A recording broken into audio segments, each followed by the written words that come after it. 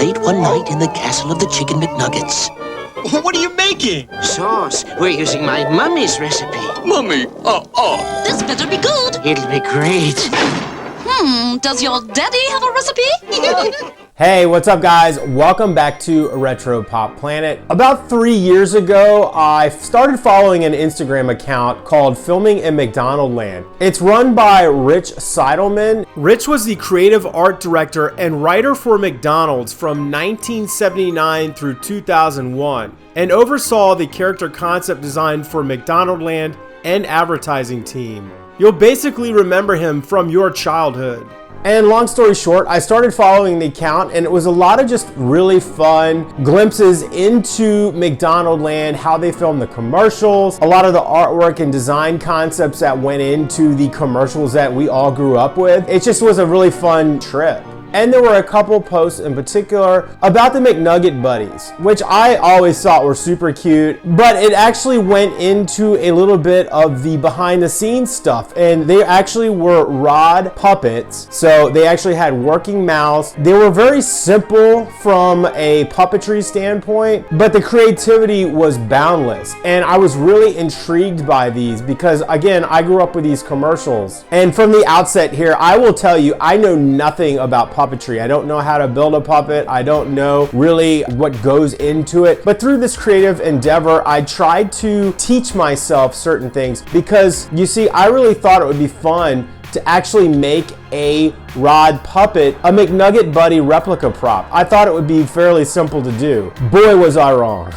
Tony Urbano was the head puppeteer for McDonald's for almost 20 years.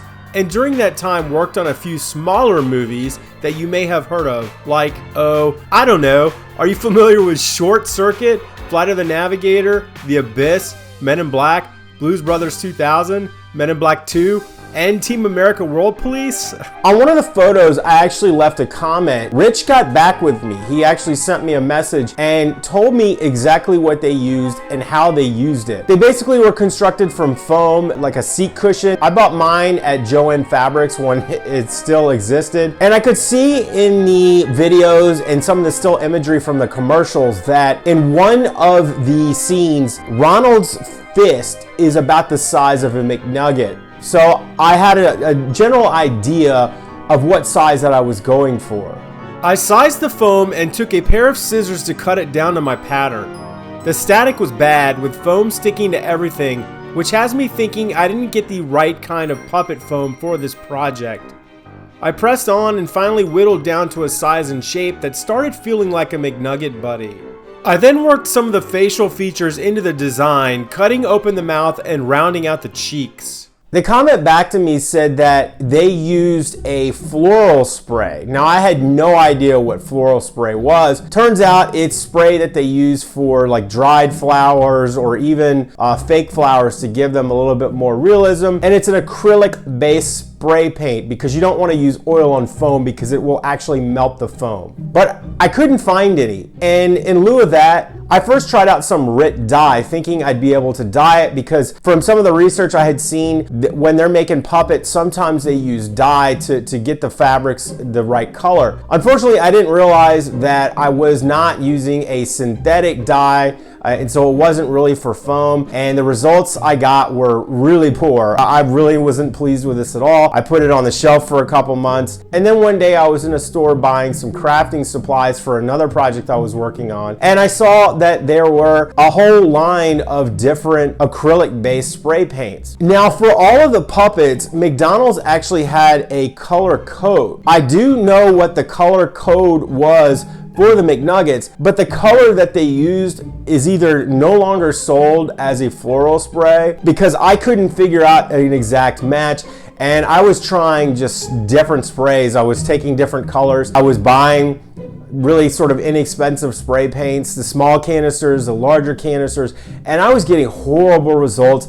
And I was adding layer on layer on layer on layer of paint, and it just was, I was really getting kind of frustrated. So again, I shelved this idea, and I really liked the design of the actual puppet that I made. I thought it looked cute. I thought it actually resembled a couple that I had seen in the commercials, but I couldn't get the spray paint thing sorted out, and I thought it was gonna be kind of a lost cause. And then one day I was looking up on the Home Depot website something that I needed for another project, and I saw that there were another line of spray paints that were acrylic, and a couple of the colors there really looked like it might have been what I needed. And so I went to Home Depot, I tested out one or two on like a little card that they had there in the store. Satisfied with that, I took it home. I added too many layers, but what I discovered is that once the foam dries, you can kind of, you know, sand it almost. You can rub it between your hands and a lot of that stuff will flake off.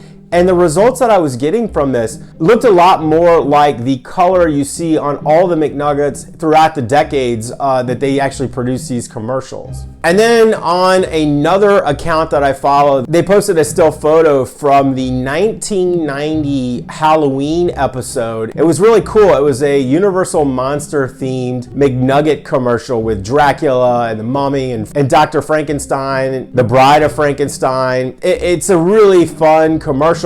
It's only like 20 seconds though at the most. And what's funny about the commercial is it's actually promoting the Boo Buckets, which we've seen. They'll discontinue them and they'll bring them out every so often. I do believe they came out again this year. There is a hardcore fan community for these Boo Buckets. In 1990, I was 13 years old and I was well on my way to eating adult meals, and the idea of a Boo Bucket or a Happy Meal at McDonald's I was not into, but I recognized that my particular McNugget that I had made, or was kind of my test case, looked a lot like Dr. Frankenstein. I thought it would be fun to kind of make so I could have my own little prop. Now it is a static prop because again, I can't figure out how to do the rod. Let's go through the process and I'll show you what I did. I attached a pair of googly eyes and set about trying to make a little coat using a piece of white craft felt.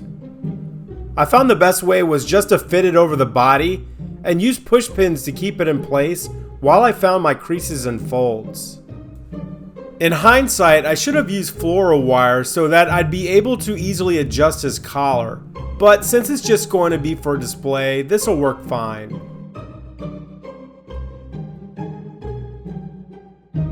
I looked at a couple of stills that I took of the commercial and saw that he had two larger square pockets and two small pockets on the front of his lab coat, so I made those.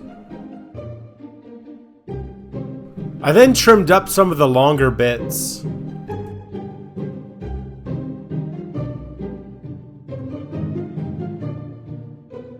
If you ever watched my Martha Nelson doll baby video that I made years ago, I still have almost an entire bag of doll stuffing left over. It's white and it's coarse but pliable, and I knew it would make for the perfect crazy hair. He's a cross between Dr. Frankenstein and Doc Brown from Back to the Future. Because this McNugget was originally my test, he's a little lumpy and has a small piece missing on his head where it was gouged by a rotary tool. Don't ask. Anyway, I knew the hair and lab coat would cover up most of the mistakes. The googly eyes are fun, but if you look closely at the photos, the eyes are actually painted. I ended up applying about 3 coats of the white paint and 2 coats of black for the pupils.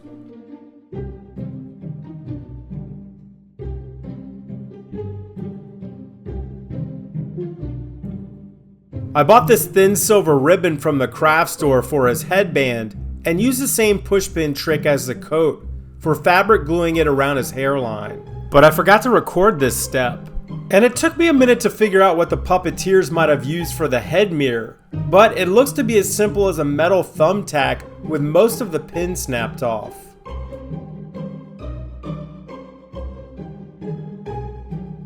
Which I then used some hot glue to attach to the top of the ribbon. It was late one night in the castle of the Chicken McNuggets. What are you making? Sauce. We're using my mummy's recipe. Mummy, This better be good. It'll be great. Does your daddy have a recipe? I hope you enjoyed my nonsense. So in theory, this is how the rod would work. There is a trigger that you pull. It just would open and close his mouth.